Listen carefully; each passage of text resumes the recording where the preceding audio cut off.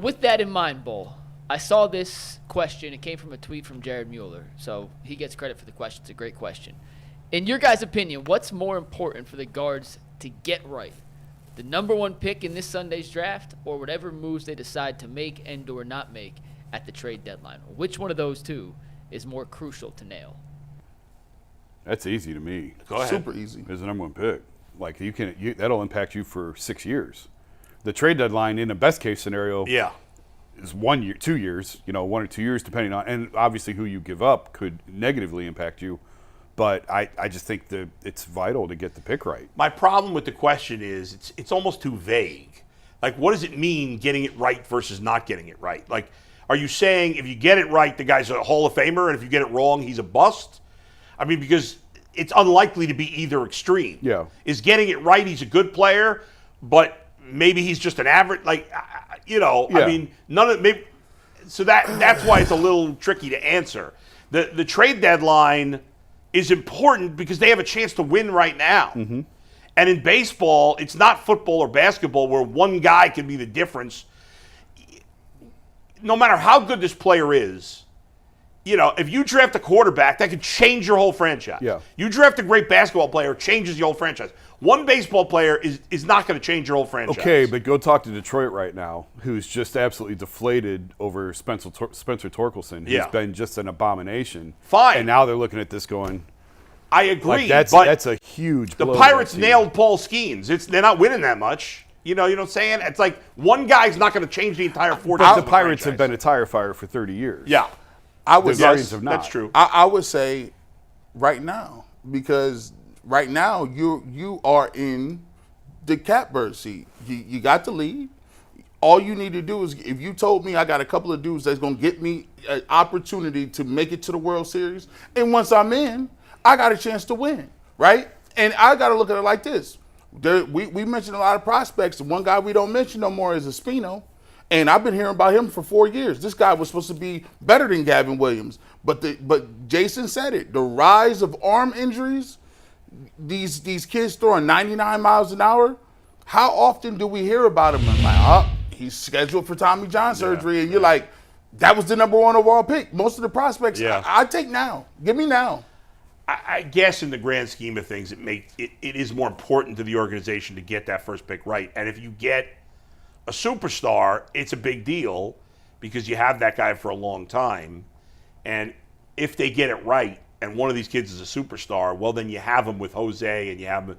Now, who knows? By the time that kid's a superstar in the big leagues, Naylor might be gone, Quan might be gone. I don't know, but. Well, the guys they're looking at. I hate to have to pick because both are really important. Both are important, sure. Yeah. And if you look at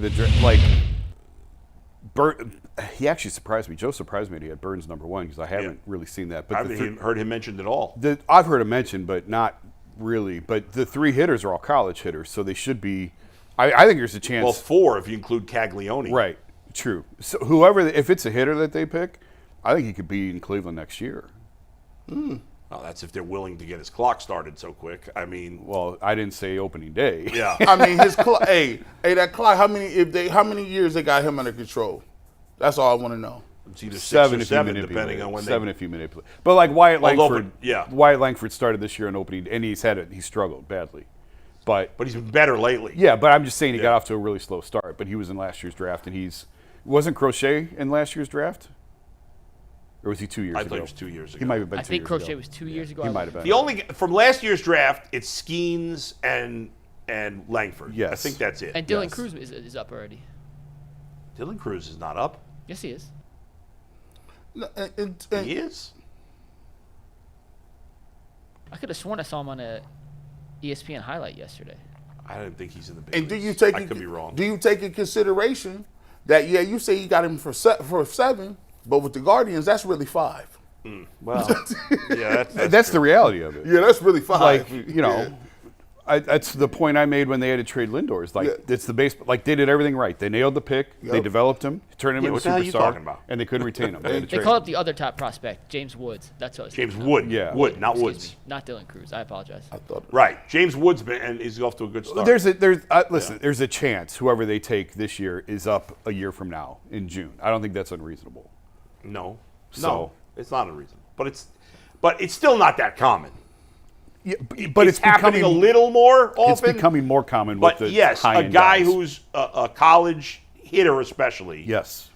has a chance by the following year to be in the Yeah. big leagues. Or certainly the year after that, at the very Oh, least. yeah. If Whereas he's not you draft a kid out of high school, I mean, it could take 4 or 5 years. Yeah. Easy. I looked up the Chris Bryant draft, which I'll give you in a sec. Yeah. We also asked the current YouTube chat what they think is more important for the Guardians to nail. The deadline or the number one pick. Bull, you said the number one pick.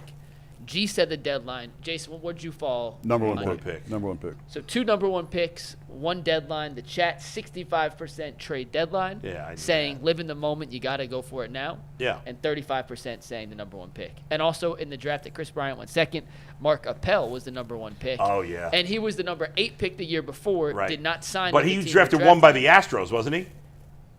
He went number 1 to the Astros. Right. He was drafted the year before by the Pirates. Were Yeah. unable to come to a deal on the signing bonus, so he went back to college Yeah. and then was the number 1 pick the following year. Yeah, which was a disaster because Yeah. he was terrible. Yeah. And the 32nd pick that year was Aaron Judge. Damn. It just shows you. Hey, man, I need that He was the 36. best player. Hey, give me that 36, I mean, dog. Trout was around there. Trout was like 23, 24. Yeah. Something like that. Mike Piazza was drafted in the 40th round. As a favor to Yeah. Tommy Lasorda. Yeah. 40th round. Ryan Sandberg, a Hall of Famer, was drafted in the 20-something round. Jim Tomey was 22nd, 25th, 27th, somewhere down there. Yeah. So There's not even that many rounds anymore. It's no, only 20, I think, no. now. You just never know, Yeah. man. All right, Mike. One last thing on that with the draft. We have Jared Goodwin of Perfect Game USA coming on tomorrow to give us his thoughts on the draft as well. And we're working on getting Tim Kirkshin on Friday to give us his thoughts. So each of the next 2 days we will have a different MLB Draft expert joining the show to break down the Guardians' choices with the number 1 overall pick. Before we move on, do you have a choice, Bull? If it was you on the clock in the Guardians GM seat, who would you take number 1? I'm going around the horn, by the way. G, you'll be next, and Jason, you'll wrap us up. I will admit I'm not an expert. I've watched a little more college baseball this year because I knew the Guardians were taking the first pick. Yep. But it's so hard because they're using metal bats, and Right. you don't know how good the pitching is they're facing. But Condon seems like the best choice. He's huge. Yep. I want that. He's the dude that played third base and right field. For Yeah. Georgia, correct? Yeah, give me Yes. him. He played in the SEC, which is the best conference. Give me him. I've been Team Condon from the start. Yeah, yeah. It's the SEC. It's better competition. He's Yeah. enormous.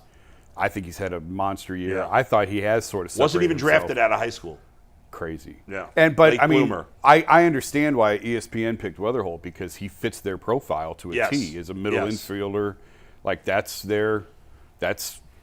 to their demographic is if you can play shortstop, you can Right. play anywhere. That hamstring injury, that I don't know, but that's a lot. Like he missed the whole doggone off season, then came back and get hamstring again. Yeah. I mean, Quan's had a history of hamstrings. Yeah. But you deal with it, and you.